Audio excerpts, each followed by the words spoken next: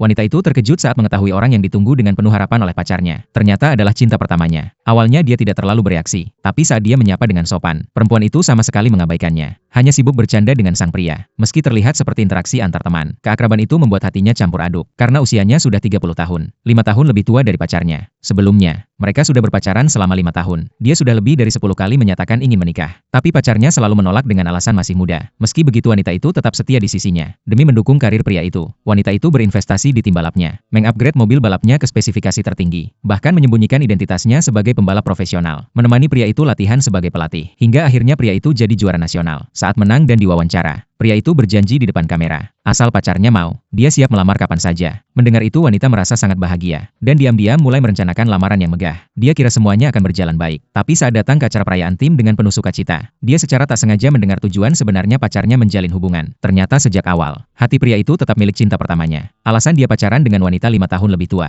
hanya untuk belajar teknik bercinta sebelum tidur dengan cinta pertamanya. Mendengar ini wanita langsung hancur. Bertahun-tahun dia bersabar dan berkorban. Ternyata selama ini dia hanya dianggap sebagai alat. Setelah berpikir panjang wanita pun memutuskan untuk mengakhiri semuanya. Lalu dia menelpon CEO yang sudah lama mengejarnya, dan menerima lamaran perjodohan itu. Dalam keadaan hati yang kacau, wanita menyetir untuk melampiaskan emosi. Dan ternyata kecepatannya bahkan mengalahkan pacarnya yang juara. Tapi semua anggota tim hanya mengira dia adalah direktur kaya yang pandai mengatur. Mereka tidak tahu kalau demi bisnis keluarga, dia harus meninggalkan hobi berbahaya ini. Kemudian wanita itu pergi ke restoran untuk bertemu dengan sang CEO, dan menandatangani perjanjian pernikahan. Tempat lamaran yang awalnya disiapkan untuk pacarnya, kini diubah menjadi lokasi pernikahannya dengan sang CEO. Tak lama setelah pulang ke rumah, pacarnya datang mengetuk pintu, dan langsung memeluknya seperti dulu. Tapi begitu bersentuhan, wanita itu langsung teringat kata-kata menyakitkan dari pria itu. Hatinya pun dipenuhi rasa jijik. Dengan nada menyindir, dia mengingatkan pria itu, bahwa teknik pelukan itu pasti sudah sangat terlatih. Jadi mulai sekarang jangan peluk dia lagi. Meskipun jelas wanita itu berbeda dari biasanya, pria itu tetap tidak sadar. Dia mengira wanita itu marah karena dia belum mau menikah. Wanita awalnya ingin bicara baik-baik, tapi pria itu tiba-tiba menerima telepon dari cinta pertamanya, dan langsung mengajak wanita pergi merayakan bersama. Sebagai pelatih tim, wanita itu tak bisa menolak. Cinta pertama itu mengusulkan sesuai tradisi tim. Anggota baru harus membuat kapten minum 10 gelas. Meski salah satu anggota tim mengingatkan pria itu baru operasi lambung, dia tetap tidak diberi kelonggaran demi menjaga gengsi. Meski tahu dia punya sakit lambung, pria itu sama sekali tidak menolak. Tapi saat baru mengangkat gelas, dia langsung dihentikan oleh wanita itu. Wanita itu berkata cukup minum 3 gelas saja. Meski akan segera berpisah, dia tetap peduli pada kesehatan pria itu. Namun tindakannya justru membuat cinta pertama marah. Dia langsung menyindir wanita itu sudah tua, dan kalau tak sanggup ikut gaya anak muda lebih baik pergi. Lalu dia menantang. Pria itu mau dengar kata dia atau wanita itu. Akhirnya pria itu tetap memilih untuk minum. Dia menenggak satu persatu gelas minuman. Meski wanita itu ingin menghentikannya, dia tahu pria itu tidak akan mendengarkan. Hingga pria itu muntah. Dia tetap jadi orang pertama yang mengejarnya. Dalam keadaan mabuk, pria itu salah mengira wanita sebagai cinta pertamanya, dan mulai mengutarakan rasa rindu. Saat itu hati wanita dipenuhi rasa hina.